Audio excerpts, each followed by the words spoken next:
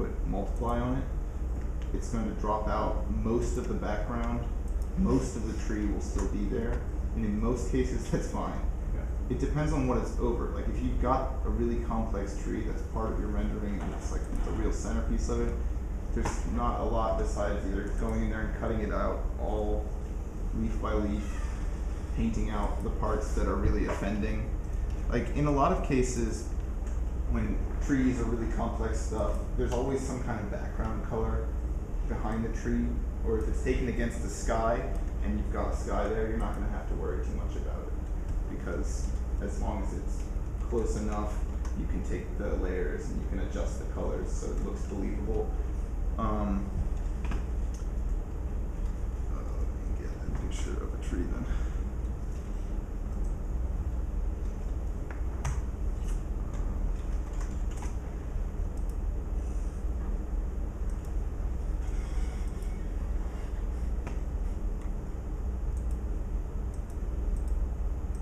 Something like this. I guess this is a little depressing, but here's a good looking tree. Something like this is a good tree because it's up against sky like that. Even though it's fairly tiny, there's a lot of detail in the photo still, so we should be able to get something good out of it. Pump the tree up. Zoom in. In this case, I think this is probably going to be the best bet here. And click out as much of this as I don't want.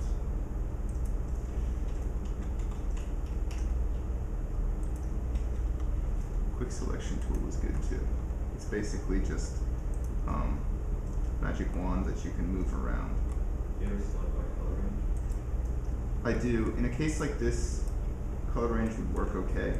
One thing that color range does though is if you've got, say, a half blue pixel or a pixel that is 30 value blue, it selects that pixel 30%. So you end up with these sort of, it starts putting in gray instead of blue in that case, and find that hard to work with. If you've got 100% black background, it works flawlessly. It's really nice, but if you've got images like that, I mean, it's pretty easy to just drop them in. Something like this, we've over-selected, go back to this and pull up the deselect claw, just kind of go in here and grab some of the detail that's being lost.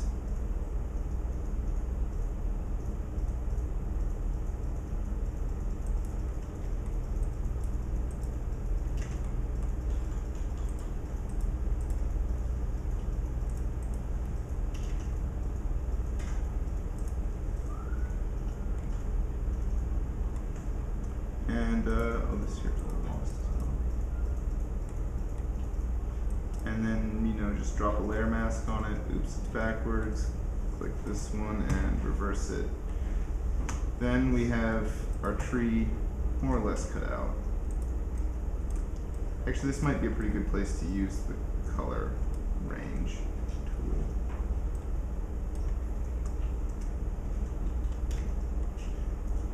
tool. To say like,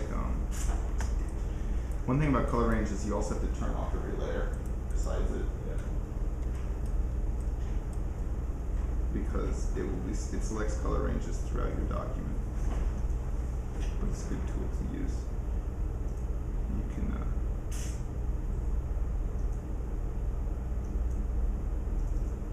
select only sort of the blue sky part there. Okay, let's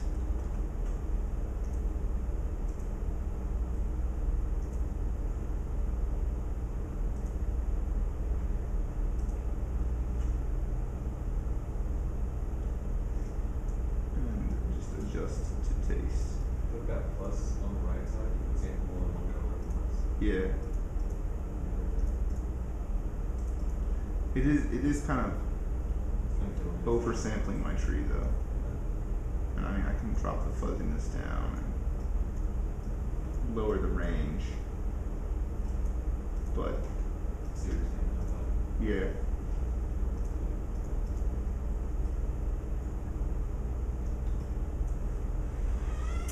think probably what I would do in a case like this is just sort of bite the bullet and draw on it. What is going on? How come this isn't going away? Oh. Wow, that's stuff.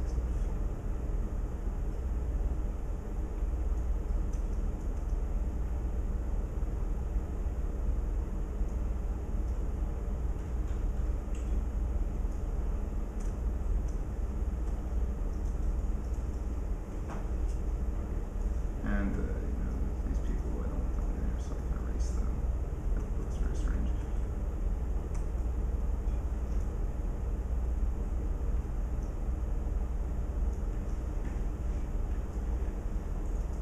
And then, say, multiply, kicks out all the blue. Color burn, probably too much. Somewhere in there, there's one that looks good. Maybe something like this.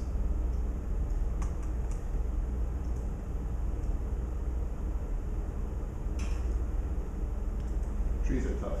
Yeah. It's actually probably the best suggestion I have is to cut out the trees once and build yourself a real file of everything you've ever cut out. And then, you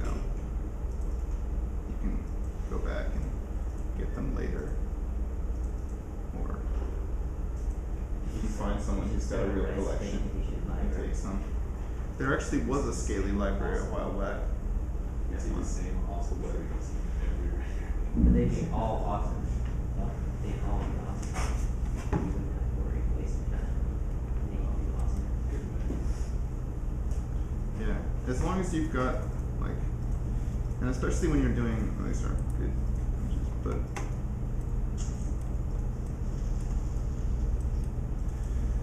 yeah, like pictures like this are great too, because when they're sort of patterned and you want green tree, but you don't necessarily want, like, you don't really want that shape. Something like this, you don't have to cut it out according to it. You can kind of take a rough cut on it, put it in there, drop a little blending mode on it, lower the opacity, put a few more in there, and it looks like you've made a whole bush in seconds. And that's nice and quick. So set it like this. Came in as a smart object, so undo that.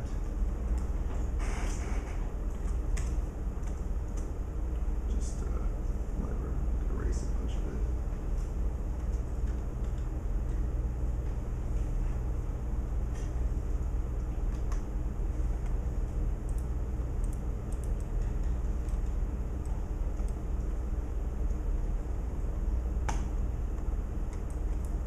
I'm gonna copy it about and shrink and resize it. And do some more.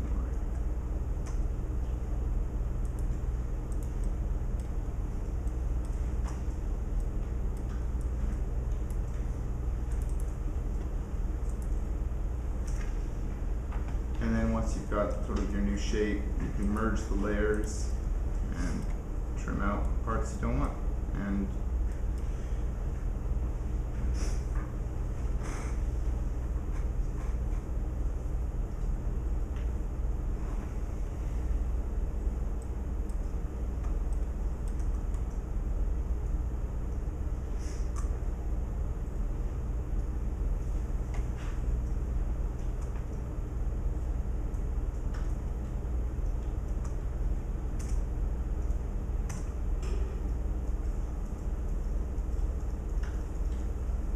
yeah, that's a terrible example. Anyway. Any more questions? Thank you, Doug. Thank you. Thanks.